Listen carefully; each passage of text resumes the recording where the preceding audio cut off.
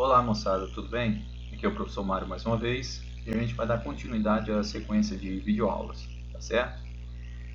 Na aula passada nós vimos o que vem a ser propriedades coligativas e nós vimos também o que viria a ser pressão de vapor e a primeira propriedade coligativa, que foi a tonoscopia, lembra?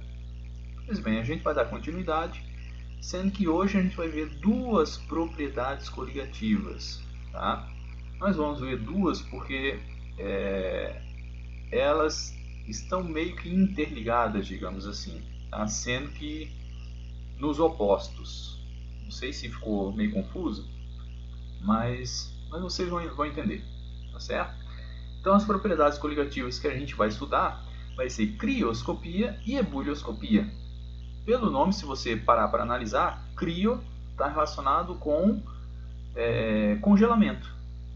Tá? É só lembrar de criogenia, filmes de ficção científica que tratam disso, que vai congelar a pessoa para, enfim.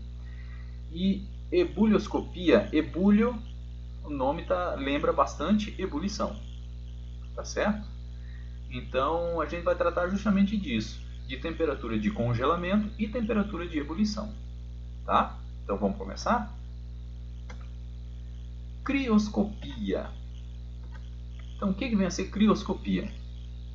Então, crioscopia é a propriedade coligativa que vai estudar a redução, o abaixamento, a redução no ponto de congelamento, ou seja, no ponto de fusão de um solvente pela adição de um soluto não volátil, como por exemplo o cloreto de sódio ou a sacarose, que é o açúcar, tá certo?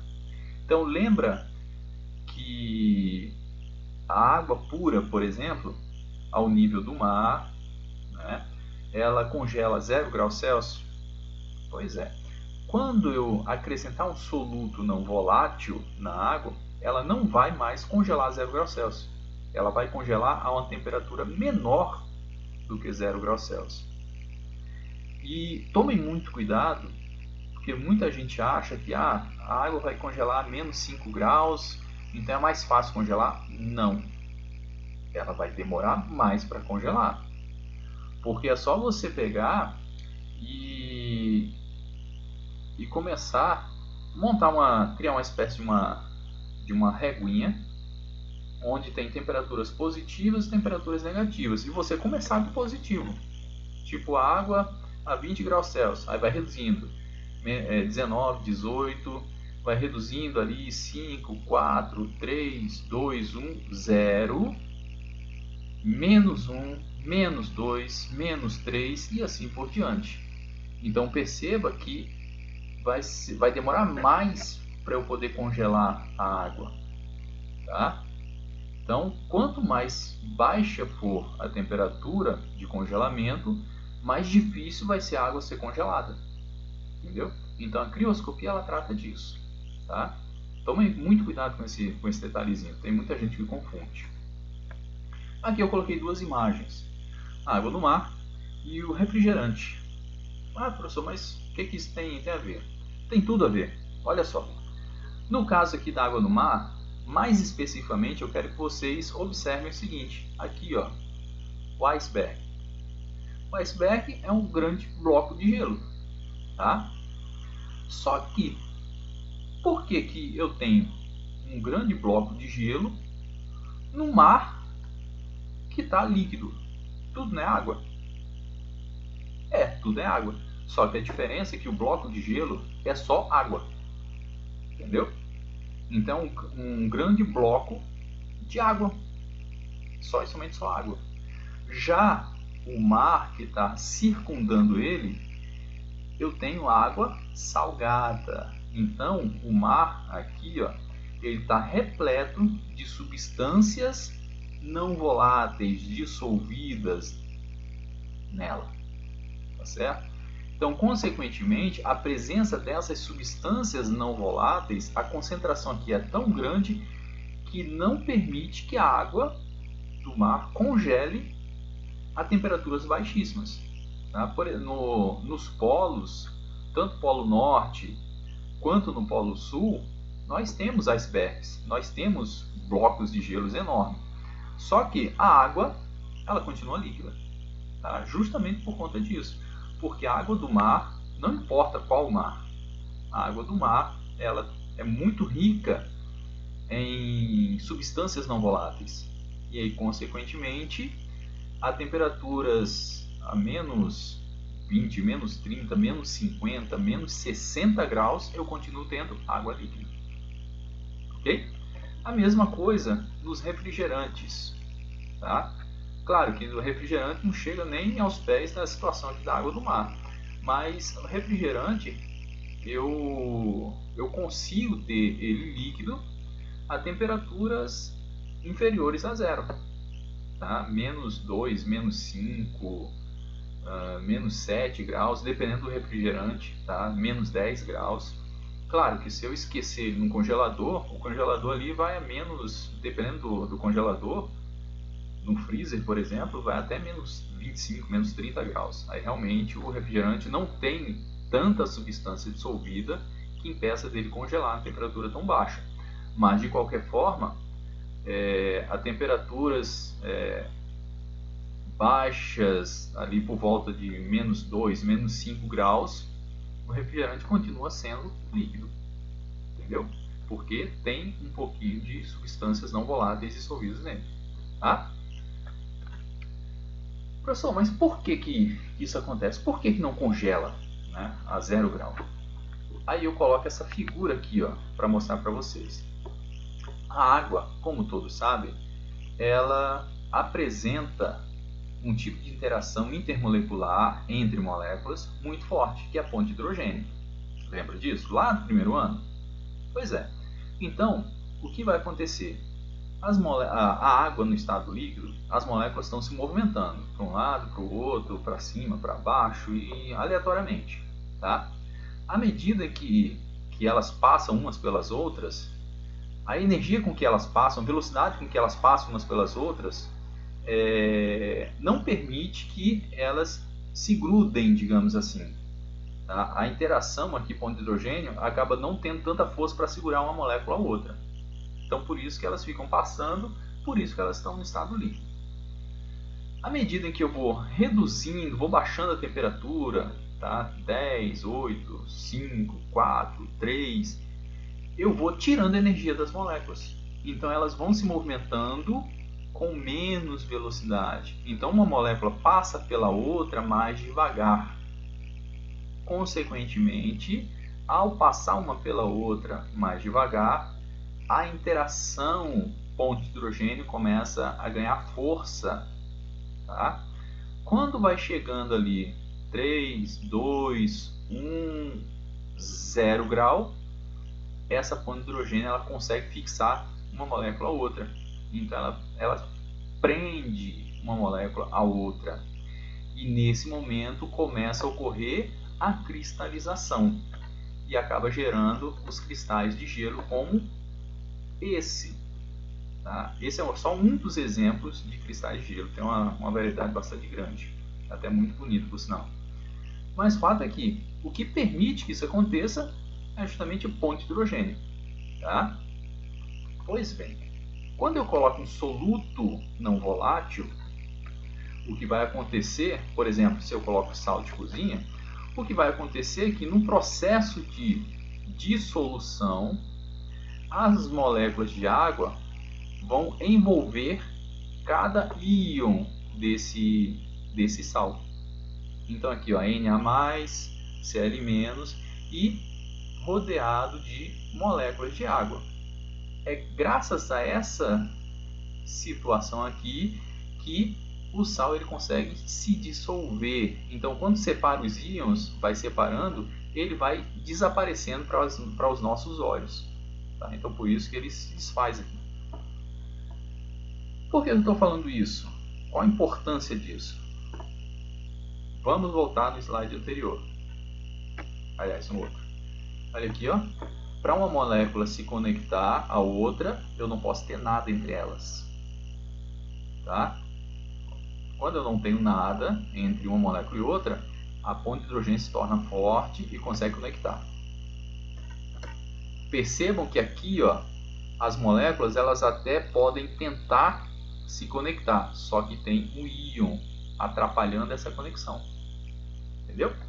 A mesma coisa aqui, ó. O íon cloreto é até bem maior. Ele impede que essa molécula aqui se conecte a essa daqui de baixo. Tá? E isso acontece com todas as moléculas. Então, o que vai acontecer? Quando chegar a temperatura de 0 grau, que é o que a gente espera que congele a água, eu tenho íons atrapalhando essa conexão. Então, a 0 grau, a água não congela mais. Entendeu? Aí eu vou ter que baixar ainda mais a temperatura, continuar baixando. À medida que eu vou baixando a temperatura, essas moléculas elas começam a forçar a saída desses íons do meio delas. Entendeu? Vai chegar um momento que elas vão conseguir fazer isso. Quando esse íon, assim que ele for retirado do meio das moléculas, elas imediatamente se conectam e cristalizam. Só que já não está mais a 0 grau. Está menos 5, menos 8, menos 10, entendeu? Menos 15. Tá? O que vai determinar a temperatura vai ser a quantidade de substância que eu vou ter presente. Tá? Substâncias não voláteis que eu vou ter presente no líquido. Quanto maior a quantidade de substância, mais gente eu vou ter para atrapalhar essa conexão, mais difícil vai ser o congelamento. Tranquilo? Isso explica, por exemplo, olha essa imagem do lado direito aqui. Ó.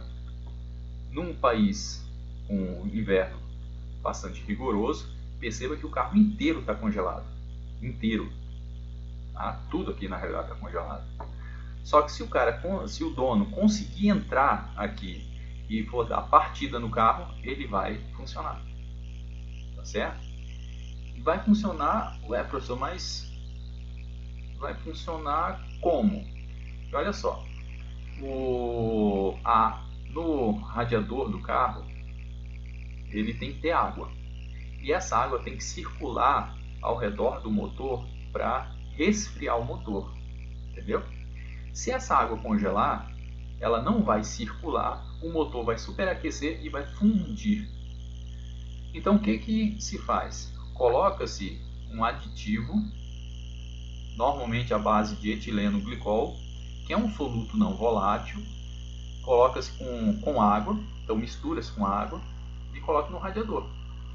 Essa substância ela vai impedir que a água congele a 0 grau e dessa maneira a água vai circular livremente pelo motor, retirando o excesso de calor dele, impedindo que ele se funda. Tá? Numa temperatura dessa, que obviamente não está só a 0 grau ou menos 1, deve estar uns menos 10, menos 15 graus. Ok? Isso significa que a quantidade de aditivo que eu vou ter que colocar vai ser muito maior do que aqui no Brasil, por exemplo. Tá?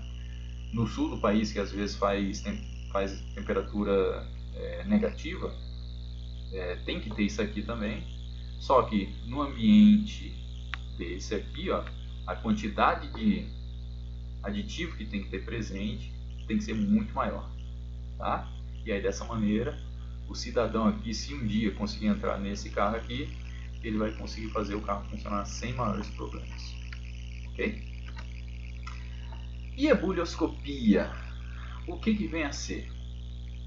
Antes de falar especificamente o que é ebulioscopia, a gente precisa saber o que é ebulição. Tá? O que é temperatura de ebulição? Tipo, a gente coloca água para ferver, né? Fazer um café, enfim. A água começa a ferver, então a água começa a ebulir, entra em ebulição. Mas o que é isso? Tá? Então, ebulição é o momento no qual a pressão de vapor do líquido se torna igual à pressão exercida sobre esse líquido. Se é uma panela aberta, a pressão é atmosférica. Tá?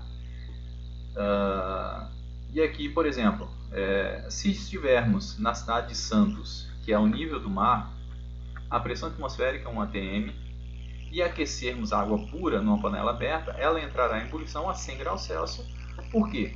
Porque a 100 graus Celsius é o momento no qual a pressão de vapor da água se torna igual à pressão atmosférica, que nesse caso é 1 atm. Agora, se a gente for para uma cidade cuja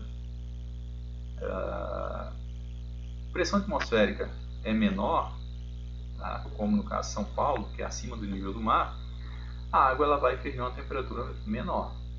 E pegar bem no extremo mesmo, se a gente for ao Monte Everest, onde a pressão atmosférica lá é bem menor mesmo, a água ela vai ferver a uma temperatura também bem mais baixa. Por quê?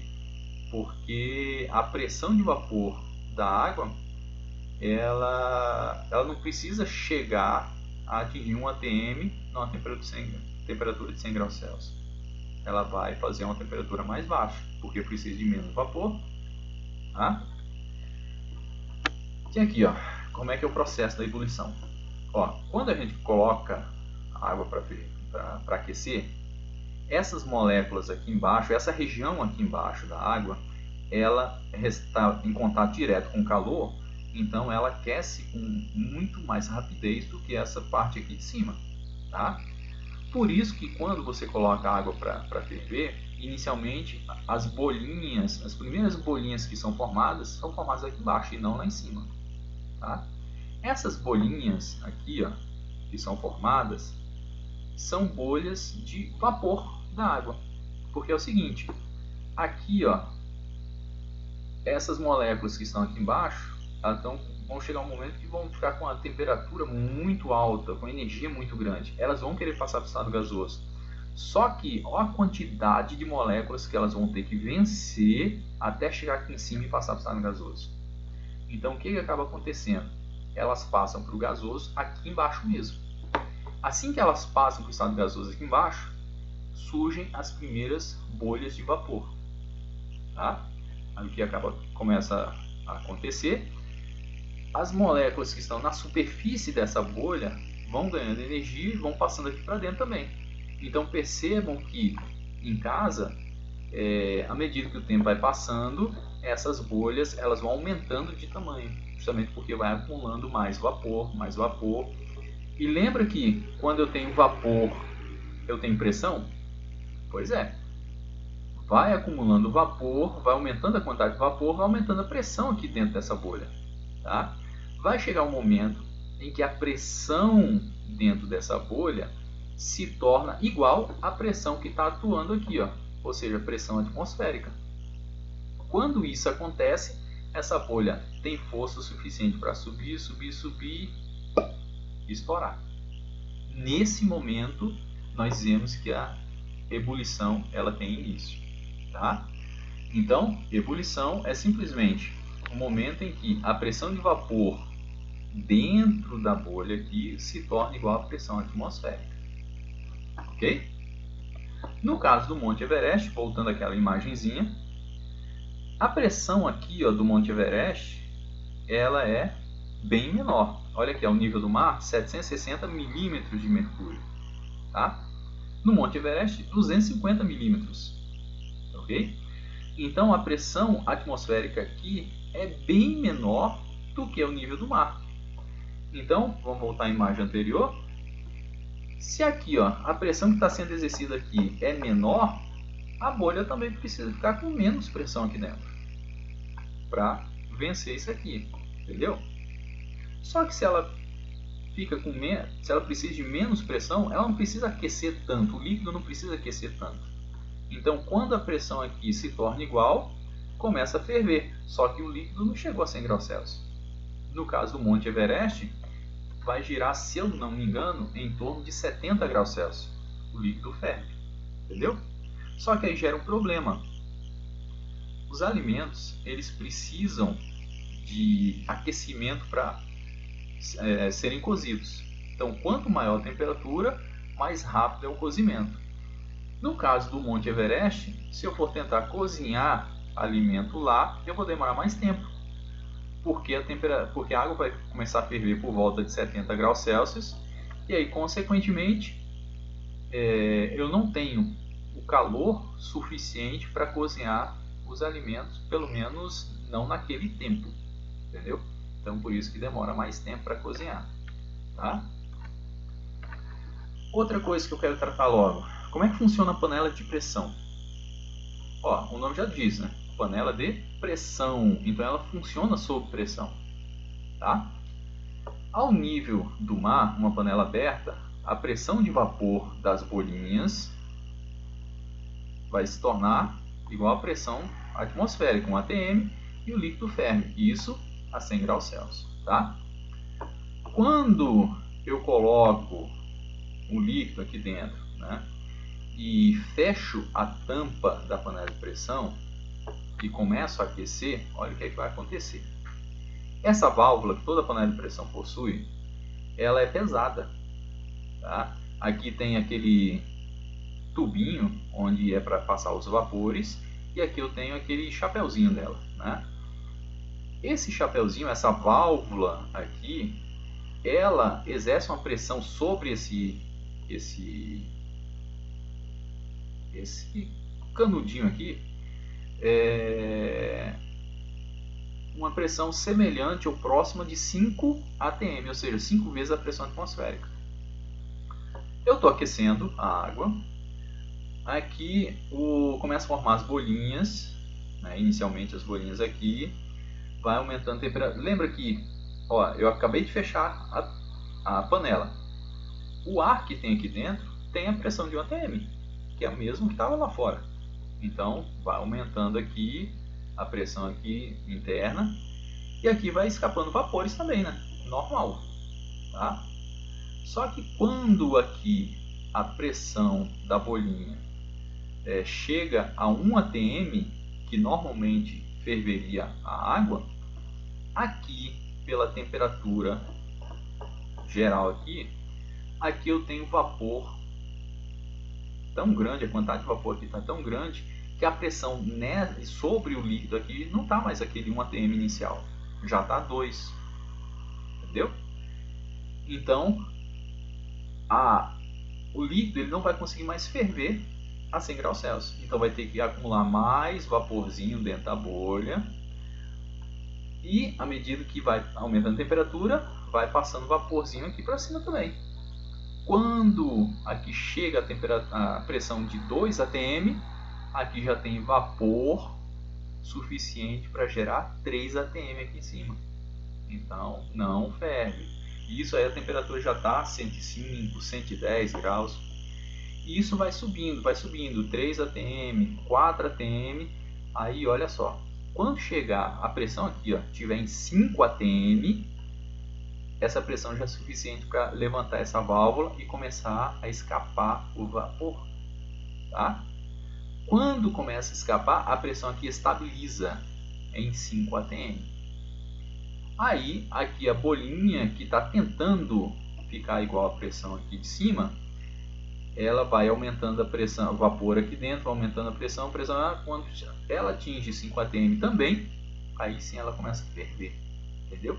Só que a temperatura aqui já não está mais a 100, 105 graus, já está por volta de 120 graus.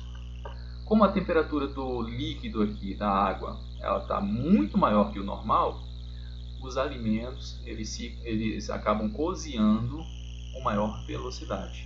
Então por isso que os alimentos eles cozinham mais rápido, porque a temperatura aqui dentro é maior. Ficou claro isso aí? Então vamos lá. Aqui a mesma coisa que eu estava falando, tá? Aumenta a pressão, acarreta, aumenta a temperatura de ebulição, tudo aqui dentro, beleza? Só que essa temperatura vai depender também de panela para panela. Tem umas panelas que elas são mais finas, então obviamente ela não vai chegar a 5 atm aqui dentro, ela deve gerar em torno de 3 atm, tá? 4 atm, mas como eu falei, vai depender da pressão da panela, tá? Aí sim, agora vamos ver ebulioscopia. Ebulioscopia, seguindo aquela ideia das propriedades coligativas, vai estudar, neste caso, o aumento na temperatura de ebulição por conta do acréscimo de um soluto não volátil ao líquido, tá? Então, o líquido ele vai acabar fervendo a temperatura superior, no caso da água, superior a 100 graus Celsius. E aqui eu tenho só um esqueminha para tentar representar essa ideia ali. Ó. Da mesma forma que para congelar lá na crioscopia as substâncias, os íons das substâncias, íons ou as moléculas no caso, atrapalham a cristalização, a conexão de uma molécula de água com a outra, eles atrapalham também a passagem de vaporzinho da água para dentro da bolha. Lembra que para um líquido ferver precisa que os vapores do líquido entrem na bolha de vapor e vão se acumulando para ir aumentando a pressão dentro da bolha?